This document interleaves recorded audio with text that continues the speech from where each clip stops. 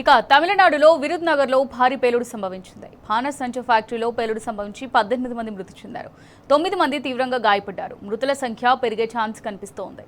ఇటీవల తమిళనాడులో బాణసంచ పేలుళ్లు తరచుగా సంభవించడంతో కలవరం నెలకొంది.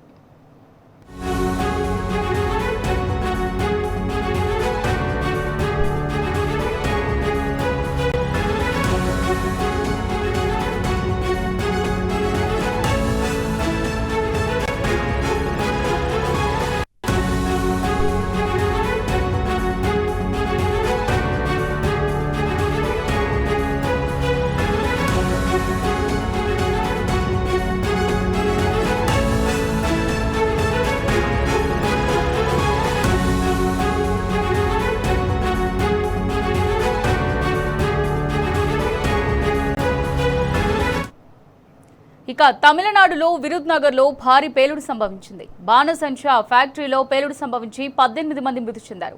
9 మంది తీవ్రంగా గాయపడ్డారు. మృతుల సంఖ్య పెరిగే ఛాన్స్ కనిపిస్తోంది.